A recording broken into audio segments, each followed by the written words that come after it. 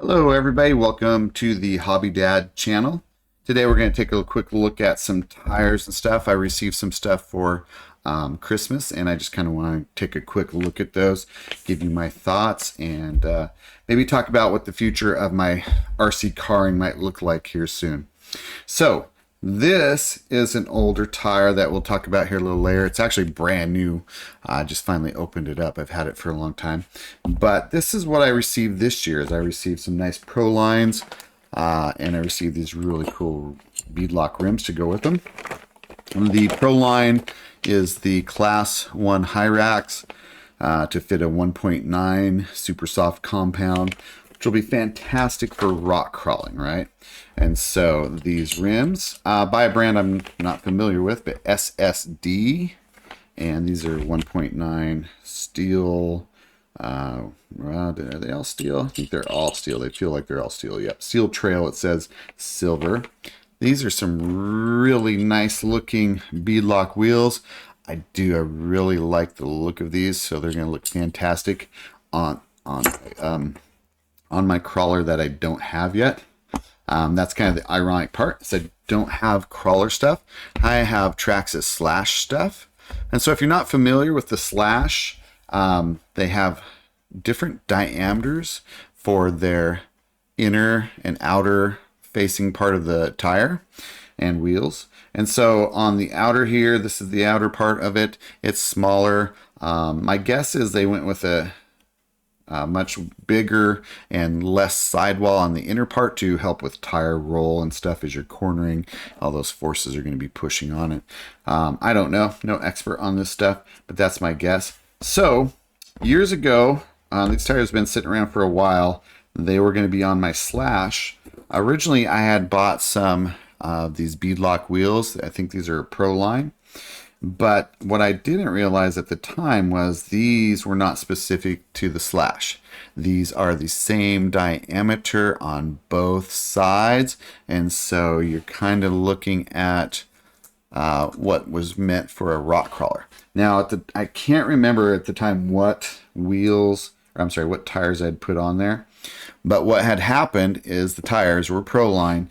They just started to tear around where that bead was. The torque, probably from that VXL Slash I had, was too much, and so the tire sidewall just couldn't handle it. Also, I'll be honest, could have been on me too about installing these.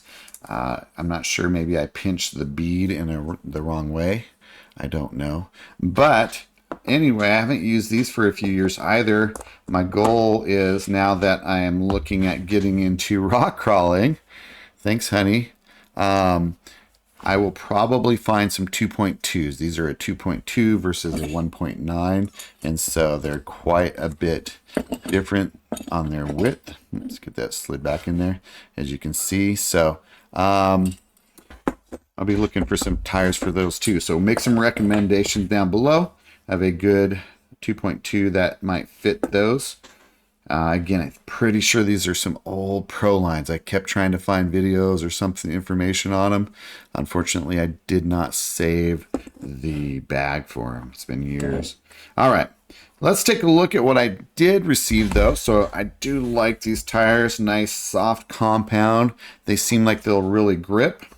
These ones, the Badlands that I got, these older ones, these are a medium compound, and I can tell right away that these ones are, going to last longer, obviously, for what they're the abuse they're gonna take.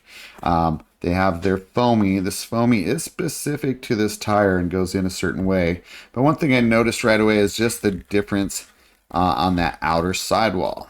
You can see that they've got some reinforcing ribbing as well as this inner lip that's going to help support that sidewall. So again, in racing and stuff, you don't want a lot of that tire roll, at least in my opinion, because you're going to start to get that kind of leaning that you don't want. You want a pretty stiff, solid ride where you're making good contact with the surface. And so, different purpose. These ones have a very soft sidewall with absolutely no ribbing for support in here. And so as you can see, there's just absolutely nothing that supports the inside sidewall of these tires. Now, these things are going to be awesome though, because again, that softness is going to help them grip, as well as help them deform and get maximum tread to make contact with the ground. What I thought was odd though, and hopefully somebody can tell me in comments below, is like, why is this foam so big? It's kind of crazy. I see this foam now, I'm like, wow. The foam actually stands up slightly taller than the tire. It's not a huge amount, but it's a little bit. And it's actually pretty much the same width, which I would expect. But if you look on the inside, these tires taper into that bead, which means that this area is going to be pushing up against here.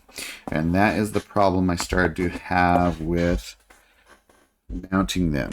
So I mounted them up because I want to show what they kind of will look like mounted. They look phenomenal. See if I can reposition this light a little bit more over here.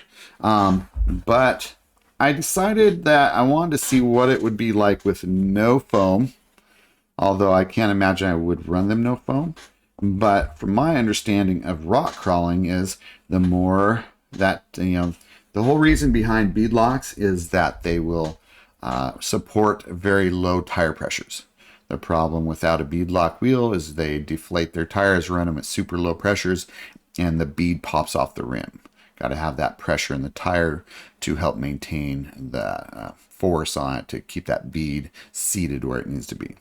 Well, on these, we don't care so much because it's, a beadlock is designed to grip that bead and hold it in place.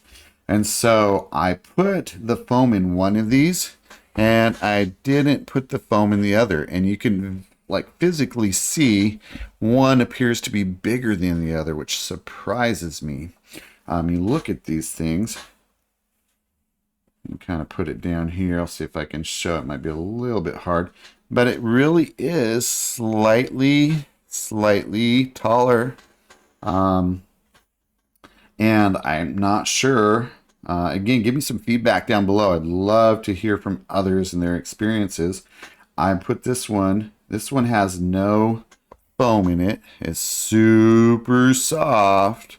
No foam to help support it. This one is super rigid. It's just very much increased the rigidity of the tire having that foam in there. And I can demonstrate that. So here's the non-foam. Pushing them against each other, you can see which one's deforming first. Let's see, it'll look different. And pushing it in there. This one here doesn't even really give. And so, get that. So, I don't know. I am torn. If you were just running around, doing trail stuff like that, wouldn't want to run this.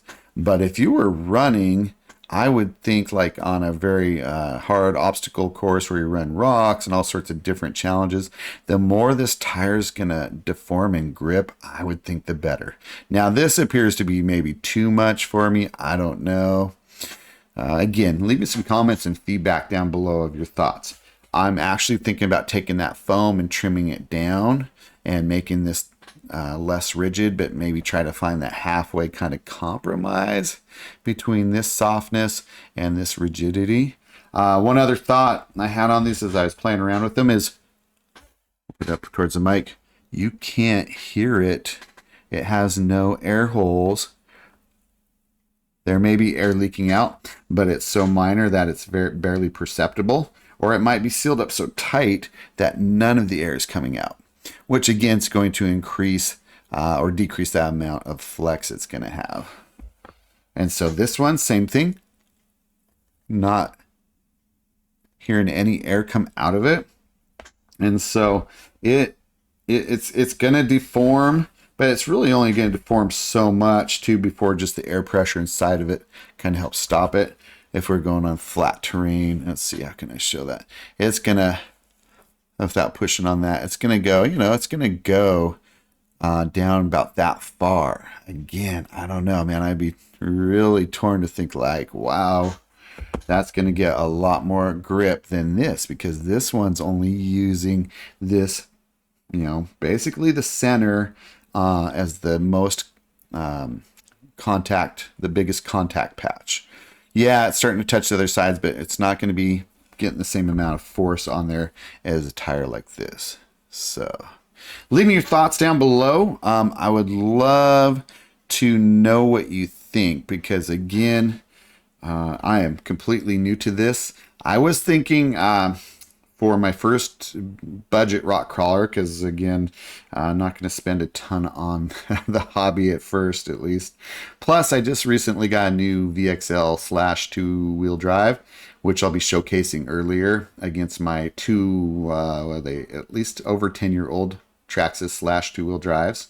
So we can kind of look at the evolution there a little bit. But having bought one of those just recently, don't have a lot of cash, especially after the holidays. Looking at that Danchi Ridge Runner. I think it's Ridge Runner. As my first one. I kind of like the features it has with the all-wheel steering, the lock, what do they call it, the dig function. And, it's definitely not as cool as the Traxxas VXL or VX4 or whatever it is. Would love to get one of those, but the spare $400 or $500 is just not going to happen. So when I do get one, though, I'll make sure and showcase that. Maybe I will run these in both ways just to see which way I like it better. But it's, I don't know. Anyway, I just wanted to give you a little quick view of these tires, let you know my thoughts, and let me know in the comments below what you think. Because again, man, we're all just kind of just taking a look at these hobbies, giving our opinions. Be kind and give me your thoughts, because I may learn a few things there that I don't know that might help me as I get into the rock crawling side of things a little more. All right. Well, thank you for joining me today. Have a great day and stay tuned for some more content.